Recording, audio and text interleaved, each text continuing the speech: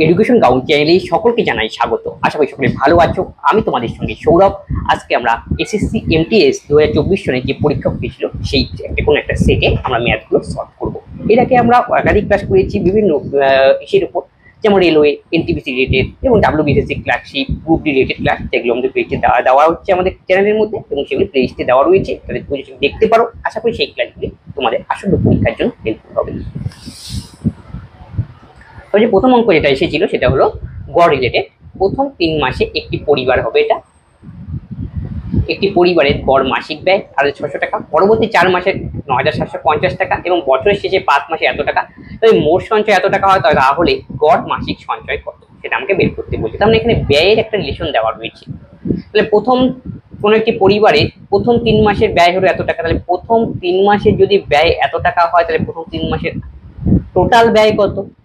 গড় ব্যয় হলো এত টাকা, 600 টাকা, টোটাল মানে গুণ করতে হবে 3 গুণ 8600, এটা ফার্স্ট স্টেপ। গুণ করলে আমরা পাবো 300 300 3 6 18 8 3 24 একে 25 25800।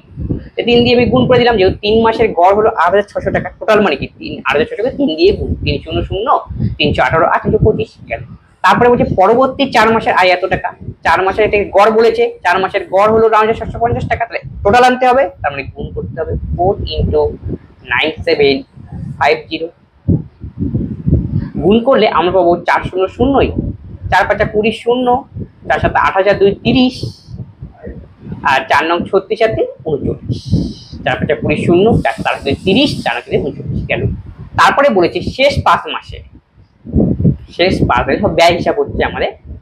শেষ 5 মাসের ব্যয় হলো 5 × 9920, টোটালটা আমরা বের করলে গুণ করতে হবে 5 0 0, 5 দোকানে 10, 5 9 45 কে 46, 5 9 45 4 49। একবার চেক করে নিচ্ছি, 5 0 0, 5 দোকানে 10, 5 9 45 কে 46, 46 এর 6 হলো 4, 5 9 45 4 49। তারপরে টোটালটা আমরা যোগ করি, তাহলে 12 মাসের আমরা এক্সপেন্ডিচার পাবো। তাহলে 12 মাসের এক্সপেন্ডিচার, তাহলে এই শূন্য 8 আর 6 যোগ করলে হয় 14, হাতের হলো 1, 9 9 18, 5 23 একে 24, 24 এর 4, হাতের হলো 2, 4 2 6 3 9 আর 2 11, 4 2 6 3 9 11। তাহলে 12 মাসের টোটাল এক্সপেন্ডিচার আমরা বের করলাম এত টাকা। এখন আমাদের দেওয়া রয়েছে মোট সঞ্চয় হলো এত টাকা, বাৎসরিক সঞ্চয় কিন্তু বছর। তাহলে 12 মাসের সেভিং হলো 0 0 3 5 6, এটা 12 মাসের সেভিং। আর আমাদের হচ্ছে ইনকাম কত, ইনকাম মানে আমরা জানি সেভিং এর সঙ্গে এক্সপেন্ডিচার আমাদের অ্যাড করে দিতে হবে, সেটাই হলো ইনকাম। ইনকামটা বের করে নিই 12 মাসে, যোগ করে দিতে হবে 0 0 0 4 3 7 5 4 9 11 আর 6 যোগ করলে হবে 17। এটা হলো আমাদের টোটাল ইনকাম, 12 মাসের ইনকাম, কিন্তু এটা 12 মাসের ইনকাম। এখন বলছে 12 মাসের এভারেজ কত, তাহলে একে 12 দিয়ে ভাগ করবো আমরা। 12 মাসের এভারেজ মানে প্রতি মাসের তার সঞ্চয় সেভিং কত, গড় মাসিক সঞ্চয় পারিবারিক আয় কত, মাসিক আয় কত, বাৎসরিক আয় কত, তা করতে বলছি গড় মাসিক আয় কত। তার মানে এটা যে 12 মাসের আমি ইনকাম পেলাম, 12 মাসের ইনকাম হলো এত টাকা, তাহলে মাসিক আয় কত সেটা আমাকে বের করতে বলছে।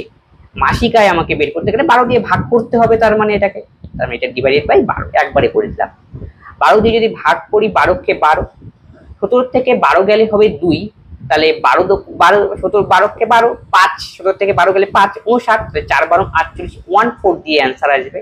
কিন্তু ব্যাপার আছে 1497 না 5 হবে, আপনাকে আরেকটু চেক করে নিতে হবে। এটা চেক করছি, 12 কে 12, 17 থেকে 12 গেলে হবে 5 59, 12 কে 12 5, তাহলে 4 12 48, 48 11 117, তাহলে 9 12 108, 9 দিয়ে যাচ্ছে, তার মানে 9 12 108 2 7 8। দেখা যাচ্ছে আমাদের অ্যান্সার 149 দিয়ে আসলে 149 দিয়ে একটাই অপশন, সেটা হলো 14975। আমি একে যদি ভাগ করি 12 দিয়ে, তাহলে আমাদের অ্যান্সার আসবে 14975। তাহলে আমাদের সঠিক উত্তর বেরোলো। তার গড় মাসিক ইনকাম, তার মান্থলি ইনকাম হলো আমাদের 14975। পরীক্ষার সময় বড়টা ক্যালকুলেশন করার দরকারই নেই, যেহেতু প্রথম দুটো আমরা যদি চেক করলে হলো 14 আসছে, তো বাকিটা চেক করবো কেন, 44975। এটাই হলো তার মান্থলি ইনকাম। এটা ছিল না, এটা হতো মোট সঞ্চয় যদি বছরের মোট সঞ্চয় তাহলে গড় মাসিক আয় পরিবারের আয়, এটা বাদ দাও, এটা ভুলে ছাপানো হয়ে গেছে। নেক্সট অঙ্ক চোর পুলিশের অঙ্ক। একটি চোর একজন পুলিশ সদস্যকে দেখতে পায় এবং সে 18 মিটার পার সেকেন্ডে দৌড়তে শুরু করলো। 12 সেকেন্ড পর পুলিশ সদস্য তার পিছনে দৌড়াতে শুরু করলো। যদি পুলিশ সদস্য চোরের কাছে পৌঁছাতে এত মিটার দূরত্ব অতিক্রম করে তাহলে তার গতিবেগ কত? তাহলে পুলিশের গতিবেগ নির্ণয় করতে বলেছে। তাহলে এখানে আমাদের চোরের গতিবেগ দেওয়া রয়েছে, চিপের গতিবেগ হলো 18 মিটার পার সেকেন্ড। আমাকে এখান থেকে কন্ডিশন দিয়ে বের করতে হবে পুলিশের গতিবেগ কত। তাহলে কন্ডিশনগুলো বুঝতে হবে আমাদের। তারপর প্রথম কি বললো, চোর একজন পুলিশকে সদস্যকে দেখতে পেল এবং সে 18 মিটার পার সেকেন্ড বেগে দৌড়তে শুরু করলো। তো চোরের গতিবেগ ছিল 18 মিটার পার সেকেন্ড বেগে এবং সে 12 সেকেন্ড পর পুলিশ তো তার যাত্রা শুরু করলো। তার মানে কি, প্রথমে চোরটা ছিল মনে করে এখানে, চোরটা প্রথমে 12 সেকেন্ড দৌড়লো, 12 সেকেন্ড দৌড়লো 18 মিটার পার সেকেন্ড বেগে। তাহলে 12 সেকেন্ডে 18 মিটার পার সেকেন্ড সে দৌড়ায়, তাহলে নিশ্চয়ই কিছুটা পথ অতিক্রম করলো, মনে করে এতটুকু পথ অতিক্রম করলো। তারপরে পুলিশ নামলো ফিল্ডে তাকে ধরার জন্য। যখন এবার মনে করো পুলিশ যখন আবার দৌড়তে শুরু করবে তখন চোর অলরেডি কিছুটা দূরত্ব চলে গিয়েছে, তাহলে এখন পুলিশকে নিশ্চয়ই গতিবেগ বাড়াতে হবে লাস্টে আলটিমেট ক্যাচ করার জন্য। তখন মনে করো সেই চোরটা গিয়ে এখানে পৌঁছলো, তাহলে পুলিশ এখানে গিয়ে ধরবে। এইগুলো তাহলে এখানে প্রথমে তাহলে কি দেওয়া রয়েছে, 18 মিটার পার সেকেন্ড বেগে চোরটা, তার মানে 12 সেকেন্ডে কতটা দূরত্ব পেল সেই দূরত্বটাকে বের করে নিই। তাহলে 12 সেকেন্ডে চোরটা যতটা দূরত্ব যায়, তাহলে 18 ইন্টু 12 এত মিটার। 18 দোকানে 36 6, 18 কে 18 3 21, 216 মিটার। তার মানে 12 সেকেন্ডে চোরটা 216 মিটার দৌড়লো, এই 216 মিটার দৌড়লো। তারপরে পুলিশ এখন একে ধরার জন্য দৌড়ানো শুরু করবে। যখন পুলিশও দৌড়বে চোরও একই সঙ্গে দৌড়বে, এই তো কেস। তারপরে এখন কি বলেছে দেখি, দৌড়ানো শুরু করার পর 864 মিটার দূরত্ব অতিক্রম করলো পুলিশ চোরকে ধরার জন্য, তারপরে মিট করলো। তাহলে পুলিশ কতটা দূরত্ব গেল, 864, পুলিশ গেল 864, তারপরে সে ক্যাচ করলো সেই থিপটাকে। এখন তোমাকে বুঝতে হবে ব্যাপারটা, প্রথম যে 216 মিটার চোরটা দৌড়েছিল তখন কি পুলিশ দৌড়েছিল না, তখন পুলিশ স্থির ছিল। চোরটা 216 মিনিট অতিক্রম করার পরে পুলিশ দৌড়ানো শুরু করলো। তার মানে আমি বলতে পারবো নিশ্চয়ই পুলিশের, ভালো করে বুঝবে, 864 মিটার দৌড়তে কিছু না কিছু সময় লেগেছিল। আমি ধরুন টি সময় লেগেছিল, টি সময়ে পুলিশ দৌড়েছিল 864, তারপর সে চোরটাকে ধরতে পেরেছিল। কিন্তু এই যে টি সময়, প্রথম তো 12 সেকেন্ড বাদ দাও, কারণ প্রথম 12 সেকেন্ড পর্যন্ত তো পুলিশ দৌড়ায়নি। তারপরে ধরলাম পুলিশ যখন দৌড়ানো শুরু করলো সেই সময়টুকুর মধ্যে পুলিশ যতটুকু সময় দৌড়লো, টি সেকেন্ড মনে দৌড়লো, সেই সময়ের মধ্যে চোরটা কতটুকু দৌড়লো সেই ডিস্টেন্সটা আমরা বের করে নিই সেই টি সময়ের মধ্যেই। তার মানে নিশ্চয়ই এটা থেকে এটা আমাকে বিয়োগ করতে হবে। 864 থেকে 216, এটাই টি সেকেন্ডে, মানে পুলিশ যতটা সময় দৌড়লো চোর অতটা সময় কতটা দৌড়লো সেটাই আমি বের করছি। মানে বিয়োগ করলে হবে 14 থেকে 6 বিয়োগ করলে হবে 8, 14 থেকে 6 বিয়োগ করলে 8 এবং 6 থেকে 2 বিয়োগ করলে 4, আর 8 থেকে 2 বিয়োগ করলে 6। এই তাহলে এখান থেকে রেশিও পদ্ধতিতে করব। তার মানে ফিক্সড টাইম তো দুজনের ক্ষেত্রেই ফিক্সড। তাহলে টাইম যখন ফিক্সড হবে, আমরা জানি speed equal to distance by time. Time fixed হলে স্পিডের সাথে ডিস্টেন্সের কি সম্পর্ক, সরল সম্পর্ক। তার মানে আমাকে টাইমের এখানে আমরা তার মানে এখানে ডিস্টেন্সের রেশিও জানি, তাহলে এখান থেকে আমি স্পিডের রেশিও বের করতে পারবো। তাই ছোট করে নেই, 8 দিয়ে কাটাকাটি যাচ্ছে, 8 8 0, আর একটা 64, আর একটা 64 1, 9 দিয়ে কাটাকাটি করো, 9 12 108, 9 9 81, 3 4 12, 3 3 9। তাহলে এইখানে আমি তাহলে কিসের অনুপাত পেলাম, এখন তাদের ডিস্টেন্সের। প্রথমটা ডিস্টেন্স কার 864, এটা হলো পুলিশের ডিস্টেন্স, আর 648 হলো থিপের ডিস্টেন্স। টি সমান, তাই ডিস্টেন্সটা আমি এখান থেকে ডিস্টেন্সের সঙ্গে আমি বলতে পারি যখন টাইম সমান হবে ডিস্টেন্সের সঙ্গে স্পিডের রেশিও সমানুপাতে থাকে। ঠিক আছে, স্পিডের সঙ্গে ডিস্টেন্সের সমানুপাতে রয়েছে, টাইম ফিক্সড, তার মানে ডিস্টেন্সের রেশিও যা হবে স্পিডের রেশিওই তাই হবে। তাহলে 4:3 হলো স্পিডের রেশিও। তাহলে এখান থেকে আমি এটা তুলে নিয়ে আসছি বোঝার সুবিধার জন্য। তাহলে পুলিশ আর থিপ দুজনের স্পিডের রেশিও হলো 4:3। এখানে কেন আমি স্পিডের রেশিও বের করলাম, যেহেতু একজনের স্পিড আমাদের জানা, থিপের স্পিড হলো 18 মিটার পার সেকেন্ড, তাহলে কত গুণ, 6 গুণ। তাহলে পুলিশের স্পিড কত হবে, 4 কে 6 দিয়ে গুণ করে দাও, 24 মিটার পার সেকেন্ড হবে পুলিশের গতিবেগ।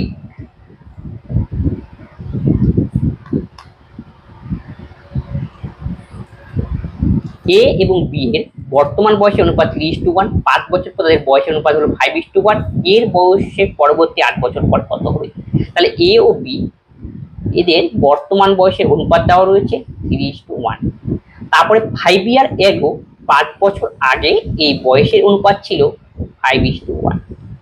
তাহলে এই টাইপের জন্য অঙ্ক দিলে আমি কি করবো? প্রথম গ্যাপটা সমান করে নিই দুজনের বয়সের। এটা কত? 2 এর গ্যাপ, 4 এর গ্যাপ। তাহলে এখন উপরটাকে আমি 2 দিয়ে গুণ করবো, 3 দোকানে 6, 2 কে 2, গ্যাপ সমান করার জন্য। নিচেরটাকে তাহলে কোনো গুণ দেওয়ার দরকার নেই, যেহেতু 4 এর গ্যাপ নিয়ে আসলাম। 5, এটা হলো এ, এটা বি। তাহলে এই যে গ্যাপটা কেন সমান করলাম? যেহেতু এই গ্যাপটা আমাকে আনতে হবে, কারণ কি 5 বছর আগে সমান সমান আনতে হবে, এই জন্য 1:1 রেশিওটা। তাই একের ভ্যালু এখন আমি বলতে পারবো 5 ইয়ার, যেহেতু 5 বছর আগে। তাহলে একের ভ্যালু তো আমাদের জানা, এখান থেকে আমি প্রেজেন্ট এর মান বের করতে পারবো। আর প্রেজেন্ট এর অনুপাত আমাদের ছিল 3:1, সেটাকে কিন্তু এখন আমরা নিয়ে গেছি 6:2। এটা দিয়ে কিন্তু আমি কাজ করতে হবে, মনে হবে 3:1 দিয়ে করলে ভুল হবে। তাহলে একের ভ্যালু আমরা 5 ইয়ার বের করলাম, তাহলে এর বর্তমান বয়স কত হবে? 6 এর ভ্যালু তার মানে আমাকে বের করতে হবে। 5, 6, 30 হলো এর বর্তমান বয়স। একই রকম ভাবে বি এর বর্তমান বয়স আমরা বের করতে পারবো। একের ভ্যালু 5, বি কত? 2, 5 দোকানে 10। আমাকে প্রশ্নে বলেছে এর বয়স পরবর্তী 8 বছর পর কত হবে, মানে এর সাথে আরো 8 যোগ করে দিতে বলেছে, তাহলে হবে 38 বছর।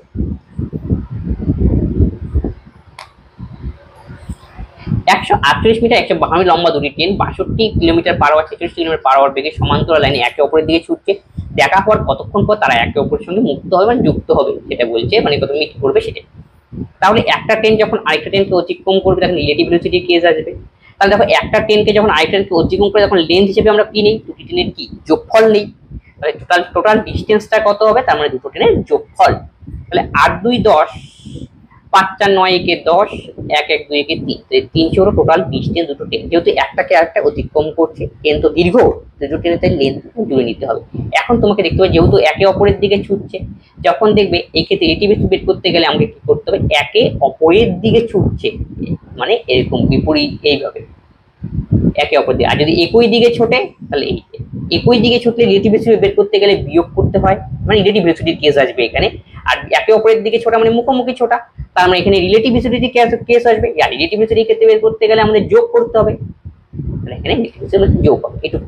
তাহলে রিলেটিভ ভেলোসিটির মান আমরা এখান থেকে বের করে নিই, যোগ করে দাও। 6, 2, 8 আর 6, 4, 10, 108 kilometre per hour. Kilometre per hour থেকে আমি আনবো মিটার পার সেকেন্ডে, যেহেতু মিটারে দেওয়া রয়েছে ডিস্টেন্সটা আমাদের। তাহলে 108 5/18 দিয়ে গুণ করতে হবে কিলোমিটার পার আওয়ার থেকে মিটার সেকেন্ডে আনতে গেলে। তাহলে 5, 6, 30 মিটার পার সেকেন্ড। তাহলে কখন মিট করবে? টাইমটা আমাদের দরকার, মিটিং টাইম। 300 মিটার ডিস্টেন্স অতিক্রম করবে এই রিলেটিভ ভেলোসিটিতে। তাহলে সঠিক উত্তর হবে আমাদের 10 সেকেন্ড।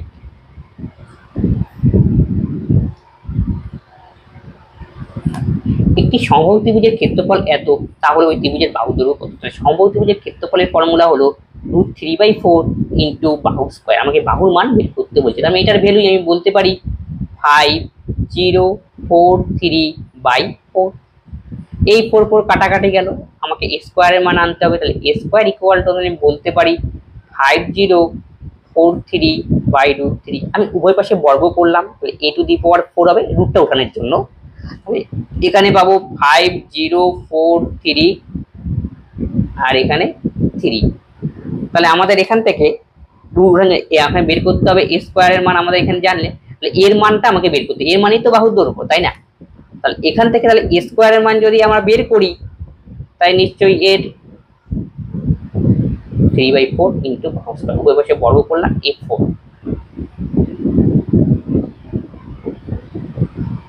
একে দেখো, একে কাটাকাটি যাচ্ছে 3 দিয়ে, 3 দিয়ে কাটাকাটি করে নিই। 3 অক্ষে 3, 3 5 3 গেলে 2, 20, 3 6 18, 3 অক্ষে 3, আচ্ছা 3 6 48, 2 3 24, এখানে 16, এখানে বুঝবে 1681। আবার স্কয়ারের মান হলো এত, তার মানে একে আবার আমাকে কি করতে হবে? রুট করতে হবে। তাহলে এর মান রুট করে দিলে কত পাবো? √3/4 বাহু স্কয়ার, উভয় পাশে a করলাম, √3/4 into a square. a square করার ফলে এই জায়গাটা একটু আমাদের গন্ডগোল হয়ে গিয়েছে, তো আমাদের এখন 4 থাকবে না, স্কয়ার পরে 4 4 কত হয়ে যাবে? 16 হয়ে যাবে। না দাগে তো কেটে দিয়েছি, ঠিক আছে। স্কোয়ার ইকুয়াল টু এত √3 50 √3। আচ্ছা তাহলে এখানে স্কোয়ার উঠানোর পর এ ছিল, তাহলে a টু দি পাওয়ার 4 হলো 1641। তাহলে a equal to square a4 equal to square, তাহলে a স্কোয়ার ইকুয়াল টু আমরা পাবো এর বর্গমূল করতে হবে, 4 4 16 আর 41।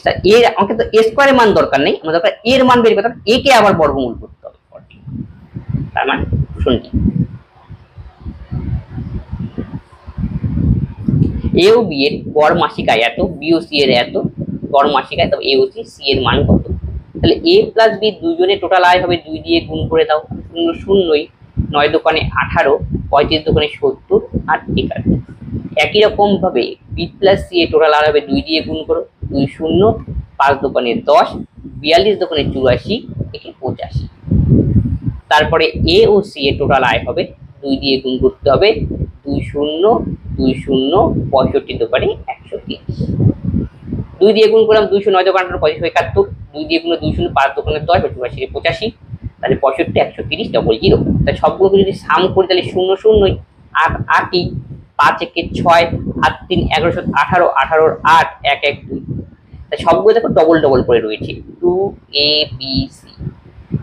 তাহলে 2 দিয়ে একে কাটাকাটি করে দাও, 2 দিয়ে কাটাকাটি করি তাহলে কত বার হবে, 5 1 6 8 13 8 21 28, 1 4 3 4 0। তাহলে a plus B plus C এর মান হলো 14340। আমাকে দরকার সি এর মান বের করা, তাহলে সি এর মান বের করতে গেলে নিশ্চয়ই এটার থেকে a plus B plus C থেকে a প্লাস বি কে বিয়োগ দিতে হবে। তার মানে এখান থেকে আমি বিয়োগ করব 7180, 7180। বিয়োগ করলে 0 0ই, 14 থেকে 8 বিয়োগ করলে হবে 6, এর থেকে 2 বিয়োগ করলে হবে 8 1, আর 14 থেকে 7 বিয়োগ করলে 7160 হবে সঠিক উত্তর। 100 নম্বরের পরীক্ষায় 50 জন প্রার্থীর বা 50 জন শিক্ষার্থীর গড় নম্বর 65। পরে একটি আবিষ্কৃত হলো যে একটি স্কোর 88 বদলে 80 তোলা হচ্ছে সঠিক করতে হবে, মানে মিস্টেকের অঙ্ক। 50 জন শিক্ষার্থীর গড় হলো 65, কিন্তু 88 বদলে ভুলে আসছে, যেটা ভুল হয়েছে সেটাকে আমাকে বিয়োগ করতে হবে। এই ভুল করার জন্য নিশ্চয়ই এভারেজটা গন্ডগোল হয়েছিল, অরিজিনাল এভারেজটা কতটা বেড়েছে কতটা এভারেজটা কমেছে সেটা আমি বের করতে ছিলাম। কতজন শিক্ষার্থী ছিল 50, সেটা দিয়ে ভাগ করতে হবে। এটা করার উদ্দেশ্য হলো গড়টা কতটা বেড়েছে বা কতটা কমেছে সেটা আমার দেখার জন্য। তাহলে 0 0ই, আর 8 থেকে 6 গেলে 2, 50 কে 2 দিয়ে ভাগ, তাহলে ভাগ করলে 5 দোকানে 10, 2 দোকানে 4, তাহলে 0.40। যেহেতু সাইন এখানে কি আসলো প্লাস, মানে এর সঙ্গে প্লাস 0.40 করতে হবে, তাহলেই হবে তোমাদের নতুন যে গড়টা সেটা 65.40।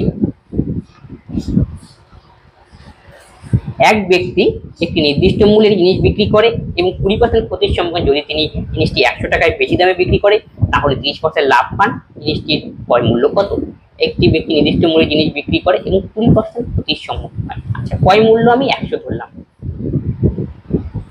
তারপরে কি বলছে 20% ক্ষতি, তাহলে 20% যখন ক্ষতি হবে তার মানে আমি নিচে গ্রাফ আকারে বুঝে এটা হলো মিডল পয়েন্ট 0, 20% নিচে গেল যে 20, আবার কি ওভারঅল উপরে কি 30% লাভ। তাহলে আলটিমেটলি কতটা তার বেশি হলো, যখন বিপরীত থাকবে একটা ক্ষতি একটা লাভ তখন তুমি যোগ করবে, এই যে গ্রাফ দেখে বুঝে নাও আলটিমেটলি কতটা হলো। এটা 30 আর 20 যোগ করলে হবে 50%। আর যদি দুটোই ক্ষতি দুটো লাভ থাকতো, এই ক্ষেত্রে একই থাকলে আমাদের বিয়োগ আর বিপরীত হলে যোগ মধ্যে পাতা। এই যে 50%, এই 50% এর ভ্যালু হলো কতটা বেশি 100। আমাকে বের করতে ক্রয় মূল্য কত, মানে 100 এর ভ্যালু বের করতে হবে। তাহলে 50% যদি 100 হয় তাহলে 100% এর মান 2 দিয়ে গুণ করলে হবে, একে 2 দিয়ে গুণ করলাম একেও 2 দিয়ে গুণ করলে 200। এটাই হলো ক্রয় মূল্য, যেহেতু সিপি আমরা 100 দিয়ে কাজ করছি। বার্ষিক 5% সরাসরি বিনিয়োগ করা অর্থ 6 বছরে 6 টাকায় উন্নীত হয় যদি ওই পরিমাণ একই থাকে, মানে আসলের পরিমাণ, তবে ওই টাকা 5 বছরে 12 সরাসরি কত টাকায় পরিণত হবে। তাহলে উন্নীত হয় মানে এখানে বোঝা যাচ্ছে যে এটা অ্যামাউন্টে পরিণত হয়, মানে সুদে আসলের মান দেওয়া রয়েছে, মানে প্রিন্সিপালটা বের করতে হবে। তাহলে আমি ধরি প্রিন্সিপাল 100 যদি ধরি তাহলে 5% হারে 6 বছরে ইন্টারেস্ট হবে 5 6 30।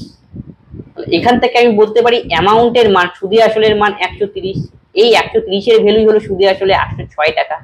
তাহলে একের ভ্যালু আমরা বলবো 806/130। এখান থেকে আমি প্রিন্সিপালের মানটা বের করে নেই ইনটু 100, তাহলে এই শূন্য কাটো, 6 13 78, 2 13 দোকানে 26, 620 হলো প্রিন্সিপাল, মানে আসলটা।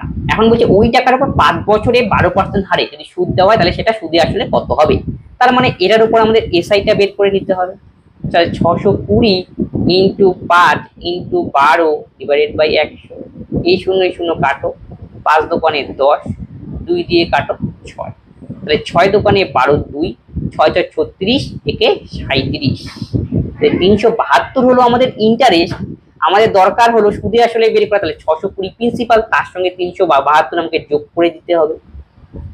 তাহলে 2 2 7 2 9 আর 6 3 9, তাহলে 992 হবে আমাদের সুদে আসলের মান।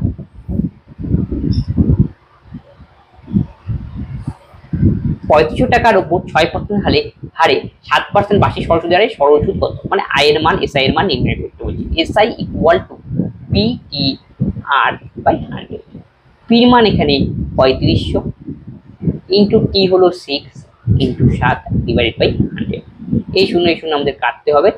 5 6 30, 3 6 18, 3 যোগ করলে হবে 21 ইন্টু 7, তো 7 7 দোকানে 14, 1470। একটি ষড়ভুজের ক্ষেত্রফল 204823, তবে তার প্রতিটি বাহু দৈর্ঘ্য কত। এইখানে ষড়ভুজটা সুষম ষড়ভুজ ছিল, এটা ওঠেনি। সুষম ষড়ভুজের ক্ষেত্রফল এত, তাহলে প্রতিটি বাহু দৈর্ঘ্য কত। কোনো যদি সুষম ষড়ভুজ থাকে তার ক্ষেত্রফল বের করার ফর্মুলা হলো সুষম ষড়ভুজের জন্য 6 বসবে ইন্টু ত্রিভুজের ক্ষেত্রফল দিয়ে গুণ করতে হবে, সমবাহু ত্রিভুজের ক্ষেত্রফল দিয়ে √3/4 ইন্টু বাহু স্কয়ার, এটা সমবাহু ত্রিভুজের ক্ষেত্রফলের ফর্মুলা। এভাবে তোমরা মনে রাখবে। আর যার ভ্যালু, এই ক্ষেত্রফলের ভ্যালু দেওয়া রয়েছে 2048√3, তাহলে এখান থেকে √3 আমরা কেটে দিতে পারি, গেল। এখন দেখো এখানে কাটাকাটি যাচ্ছে, 2 দিয়ে 3 দোকানে 6, 2 দোকানে 4, 2 দোকানে 4, তাহলে a square is equal two 2042 কে 2 দিয়ে গুণ করতে হবে, তাই 2 গুণন 2048 ডিভাইডেড বাই 3। এবার আমাকে এখানে আমরা বের করলাম, কাটাকাটি করলাম, 2 দিয়ে 3 দোকানে 6, 2 দোকানে 4, কোনাকুনি গুণ করা হলো, তাহলে এখানে হলো 2048 ইন্টু 2 নিচে 3, এখান থেকে বেরতে এর মান আমাকে বের করতে হবে। তাহলে এর মান বের করতে আমাকে নিশ্চয়ই বর্গমূল করতে হবে। বর্গমূল করতে গেলে এখানে দেখো 2048 রয়েছে, এটাকে যদি আমরা ভাঙি তাহলে 2 গুণন 2 আর 2048, তাহলে 2 এর সাথে কত গুণ করলে 2048 হয়, 1024 গুণ করলে, আর নিচে রয়েছে 3, আর একে আমি তো বর্গমূল করব যেহেতু এর মান বের করতে হবে। তাহলে 2 দোকানে 4, 4 এর বর্গমূল করলে 2, আর 1024 এর বর্গমূল করলে 32, আর √3 এর যে বর্গমূল যাবেই না, তাই √3 আকারে লিখতে হবে। তাহলে 32 দোকানে 64, আর উভয় নিচে আমি √3 দিয়ে গুণ করে দিলাম। √3 দিয়ে যদি গুণ করি 64 √3/3, 64 √3/3, তাহলে এইটাও হয় आंसर, এটাও হয় অরিজিনালি। তাহলে 64 √3/3 বা 64, আচ্ছা না 64/√3 অথবা 64/√3, যে কোনো একটা, এটা হবে। আর নাইলে হবে আমাদের 64 √3/3, 64 √3/3, তাহলে সঠিক উত্তর হবে আমাদের অপশন বি। আর যদি পরীক্ষায় 32 দোকানে 64 √3, আর এখানে 64 আমি √3 দিয়ে গুণ করলাম, এই ক্ষেত্রে তার মানে এই ক্ষেত্রে দুটো অপশনে হচ্ছে। যদি একে আমি ভাঙাই 64 √3 উপর নিচে যদি গুণ করি, তার মানে উপরে √3 দিয়ে গুণ করলে পরেই উপরে √3 আসবে, আর 64 √3/3, 64/√3, হ্যাঁ এটা তো অপশনে নেই, তাই সঠিক উত্তর হবে অপশন বি। আর এটা যদি থাকতো এরকম তখন তো ইয়ে হয়ে যেত। আচ্ছা ঠিক আছে, 43 টাকা পার কেজি 700 টাকা কেজি মূল্যে এত অনুপাতে তৃতীয় জাতের সাথে মেশানো হয়, তবে মিশ্রণটির মূল্য কত। তাহলে 43 টাকা পার কেজির সাথে 700 টাকা পার কেজি মেশানো হচ্ছে। এখন বলছে প্রথম প্রকার ইউনিট ছিল 215, 2 যদি থাকে মানে 2টাকে ইউনিট হিসেবে পাবো, মানে 2টাকে কেজি হিসেবে পাবো। তাহলে 1 কেজির দাম 43 টাকা, 2 কেজির দাম কত হবে, 43 গুণন 2 86 টাকা ফার্স্ট কেস। তারপরে গেল এবং দ্বিতীয় প্রকার 67 টাকা পার কেজি, তাহলে 1 কেজির দাম 67 টাকা, তাহলে এই 1 কেজির দাম কত, 67 গুণন 67, 1, তাহলে 67 টাকা। আর কিন্তু তৃতীয় জাতের কত মেশানো সেটা কিন্তু দেওয়া নেই, এটা আমি x ধরলাম, 5x এখন কি বলছে, এটা হয়ে গেল এবং ওভারঅল দাম কত হবে, তাহলে 5 2 থেকে 8 এভারেজটা বের করে নিলাম। এই ওভারঅল মিশ্রণের দাম রয়েছে, প্রতি কেজির দাম বের করলাম, সেটা হলো 96 টাকা পার কেজি। এই হলো অঙ্ক। তাহলে এখানে আমাকে যোগ করতে হবে উপরে, তাহলে 7 6 13, 8 6 14 কে 15, 153 প্লাস 5x, আর 8 দিয়ে একবারই গুণ করে দেব।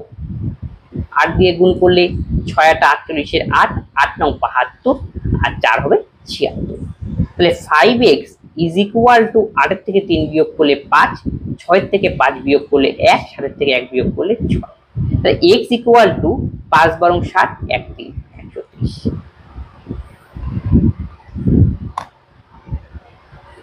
তিনটি সংখ্যার অনুপাত এত, তাদের লসাগু এত, সংখ্যা যদি বসাগু।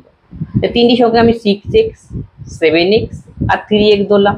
এলসিএম করলে কি পাবো, এই x গুলো তো হবেই, এবার আমাকে 6 7 আর 3 এর এলসিএম করতে হবে। 6 7 যদি আমরা 3 এর এলসিএম করি তাহলে কত পাবো, 6 × 7 মানে 42 হবে। 6 7 3 3 2 7 1, তাই 7 × 42 ইন্টু 42। তাহলে এই যে x গুণন 42, বা আমরা বলতে পারি 42x হলো এদের এলসিএম এর মান। এলসিএম এর মান হলো 42x। এই এলসিএম এর ভ্যালু দেওয়া রয়েছে 3654। এখান থেকে আমাকে বের করতে হবে গসাগুর মান কত। এখান থেকে x এর মানটা আমরা বের করে নিই। তাহলে x equal to 3654 divided by 48। 7 দিয়ে কাটাকাটি যায়, 7 5 7 35, 1 7 2 14, 5 7 35, 1 15, 7 2 14, 1 7 2 14, 6 7 42, 6 8 48, 4 6 7 42, 6 8 48 8, 48 গেলে 4, 6 7 42। তাহলে x ইকুয়াল টু 87। x এর মান আমাদের বেরোলো 87। এখন বলছে এদের গসাগু করলে কত হবে।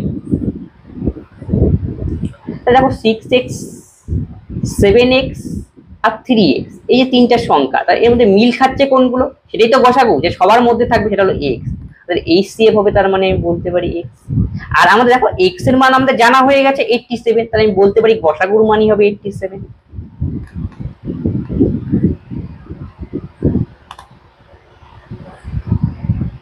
টাকার উপর 5 বছরের জন্য 7% বার্ষিক সুদের হারে ধার নিলে সরল সুদ কত হবে। তাহলে I ইকুয়াল টু PTR/100। এই টাইপের অঙ্ক অনেকগুলি দিয়েছে, 5 × 7 বাই 1। তাহলে 7 কে যদি 3 দিয়ে গুণ করি 210, 3000 টাকা 5 × 5, 5 অক্ষে 5, 5 দোকানে 10, 5 একটা 16। 3 সেমি ব্যাসার্ধের 20টি অভিন্ন কঠিন গোলককে গলিয়ে একটি বৃহৎ কঠিন গোলক তৈরি করা হলো। যদি প্রক্রিয়া চলাকালীন 20% কঠিন পদার্থ নষ্ট হয় তাহলে সবচেয়ে বড় গোলকের ব্যাসার্ধ কত। তার মানে ছোট ছোট গোলককে 20টা গোলক নিয়ে এরকম একটা বড় গোলক তৈরি করা হয়েছে। এখন বলছে সেই বড় গোলকের ব্যাসার্ধ কত। তার মানে ছোট ছোট গোলকগুলো 20টা গোলকের আয়তন এই বড় গোলকের আয়তনের সমান, এই কনসেপ্ট। তাহলে প্রথম যে ছোট গোলক ছিল 20টি ছিল, তাহলে একটা গোলকের আয়তনের ফর্মুলা 4/3 পাই আর কিউ। তাহলে 20টি গোলকের আয়তন করে 20 দিয়ে গুণ করা হলো 4/3 পাই, আর এর মান তো 3, তাহলে 3 এর কিউব 27 হবে। তারপরে যে বড় গোলক তৈরি করা হলো তার আয়তনের ফর্মুলা হলো 4/3 পাই, আর বড় গোলকের ব্যাসার্ধ হলো গেল। এখানে আবার কন্ডিশনে বলা হয়েছে প্রক্রিয়া চলাকালীন 20% কাঠ নষ্ট। তার মানে এই যে ছোট ছোট গোলক তৈরি করা হয়, তৈরি করার সময় কিছুটা কাঠ নষ্ট হয়, নষ্ট হয়ে এই যে বড় গোলকটা তৈরি হয়। তার মানে এখান থেকে যতটা আয়তন ছিল তার থেকে আমি 20% কাঠটাকে বাদ দিয়ে দিতে হবে, যেহেতু নষ্ট হয়েছে। তার জন্য 100 থেকে 20 বিয়োগ 80 ডিভাইডেড বাই 100। এখন আমাকে কাটাকাটি করতে হবে, এই পাই পাই ক্যান্সেল আউট হয়ে গেল। তারপরে এখানে 4/3 আমরা কাটলাম। তারপরে দেখো এখানে 20 দিয়ে যদি আমরা কাটাকাটি করি, 5 করি 100, তাহলে এখানে থাকবে 5 16 80। তাহলে আমাদের পড়ে রইল 27 গুণন 16 is equal to R Q. তাহলে এখান থেকে আমি বের করতে হবে আর এর মান। তাহলে আর ইকুয়াল টু আমি বলতে পারি এখন 27 গুণন 16, আর এখানে থাকবে আমাদের 3। 27 এর ঘনমূল করলে তো 3 হবেই অটোমেটিক ভাবে। আর 16কে আমরা এইভাবে লিখি, আর 16কে লিখতে পারি 8 গুণন 2।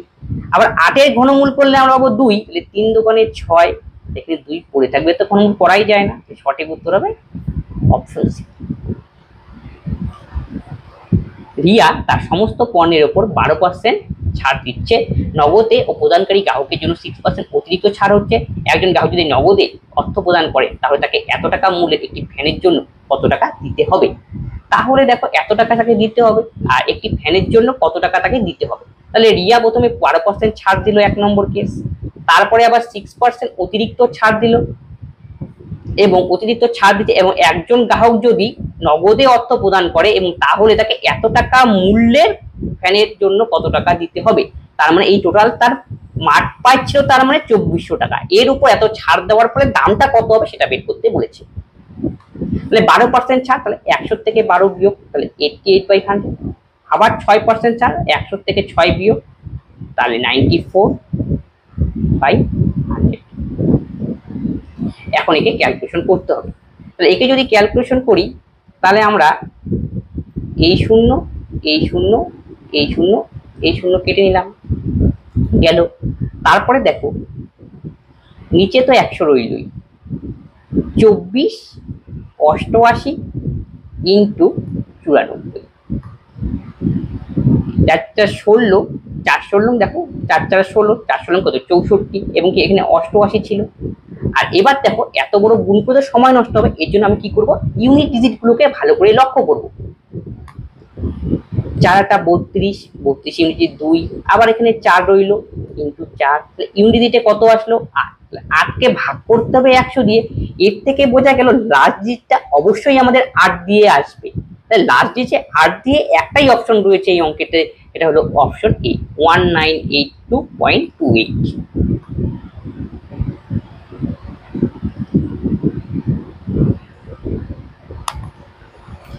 একটি কলেজে ছেলেদের সংখ্যার 20%, মেয়েদের সংখ্যা 3/4 সমান, তাহলে ওই কলেজের ছেলে ও মেয়ের অনুপাত কত।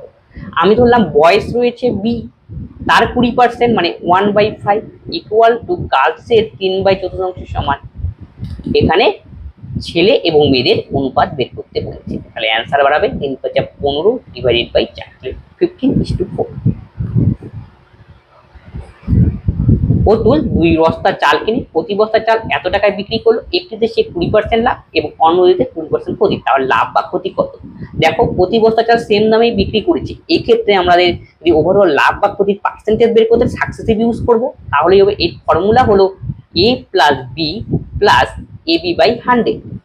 প্রথমে 20% লাভ, তাহলে এর জায়গায় তোমাকে 20 বসাতে হবে, প্লাস দিলাম লাভের জন্য, পরেরটা 20% ক্ষতি -20, এই চিহ্ন দুটোকে গুণ করো, প্লাস মাইনাসে মাইনাস 20 ইন্টু 20 ডিভাইডেড বাই 100,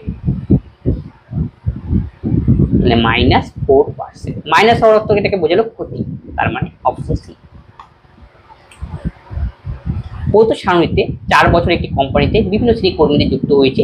নতুন কর্মীর সংখ্যা প্রতি বছর ওই শ্রেণী কর্মীদের সংখ্যা দেখানো হয়েছে যারা কোম্পানিতে চলে গেছেন। 2001 থেকে 2000 সালে কোম্পানিতে ছেড়ে যাওয়া মোট টেকনিশিয়ানের সংখ্যার সাথে কোম্পানি যোগদানকারী মোট টেকনিশিয়ান সংখ্যার কত শতাংশ তা নির্ণয় করতে হবে। টেকনিশিয়ান নিয়ে অনলি কাজ, তাহলে ছেড়ে যাওয়া মানে লেফটেরটা আর নতুন মানে নিউটা, এই দুটোর আমাকে বের করতে হবে টোটাল কত, তারপরে যে কাজটার কত শতাংশ তা যোগ করে নিই আগে। নিউটা কত ছিল, তাহলে 0 0 8 5 13, 13 4 17, 17 8 6 23, 23 3, 8 5 13 17 23, হাতে হলো 2, 4 2 6, 6 4 10 আর 3 13 2 15, 1530 ছিল নিউ। টেকনিশিয়ান বিভাগে 1530 নতুন এসেছে, আর ছেড়ে চলে গিয়েছে কতজন সেটাও আমাকে যোগ করতে হবে। তাহলে 0 0 8 6 14, 5 19, 19 এর 9, হাতের হলো 1, 1 1 2, 2 2 4, 5 5 5 9, তাহলে এতজন হলো লেফট আর এতজন নতুন অ্যাডিশন হয়েছে। এখন কন্ডিশন ভালো করে পড়তে হবে। 2001 থেকে 2004 সনের কোম্পানিতে ছেড়ে যাওয়া মোট টেকনিশিয়ানের সংখ্যা, ছেড়ে যাওয়া হলো এই যে টেকনিশিয়ানের সংখ্যা, যোগদান করি টেকনিশিয়ানের কত অংশ, তার মানে ছেড়ে যাওয়াটাকে উপরে লিখতে বলেছে আর যোগদানটাকে নিচে পড়তে বলেছে, বলছে এটা কত শতাংশ, যোগদানের কত শতাংশ ইন্টু এই হলো। এই টাইপের অঙ্কের ক্ষেত্রে দেখো সঠিকভাবে আমাদের বের করা সম্ভব না, দশমিকটা অ্যাপ্রক্সিমেট আকারে করলে সবচেয়ে বেস্ট হয়। 59টাকে আমি যদি ক্যালকুলেশনের সুবিধার জন্য 60 ধরে নিতে পারি, 153কে আমি ক্যালকুলেশন সুবিধার জন্য আমি এখানে 150 ধরে নিলাম ইন্টু 100। কাটাকাটি করলে 0 0, 3 দোকানে 6 5, 5 20 100, 20 দোকানে 40%। এখন দেখো 40% নিয়ারেস্ট 39% অপশন এই হবে সঠিক উত্তর। পরের গুলো দেখো অনেক দূরে দূরে, যদি আরো যদি নিয়ারেস্ট গ্যাপ থাকতো 39 পয়েন্ট সামথিং 38 পয়েন্ট, তখন তোমাকে এটা ভালো করে আরো ডিটেলসে করতে হতো। নিম্নলিখিত বার গ্রাফটি এই সময়কালে এক্স ওয়াই জেড চারটি কোম্পানি দ্বারা সিমেন্টের উৎপাদনকে দেখায় যে 2018 থেকে 2020 পর্যন্ত বার গ্রাফটি মনোযোগ সহকারে অধ্যয়ন করতে বলেছে, তাই 3 বছরে কার গড় সর্বোচ্চ সেটা বের করতে বলেছে।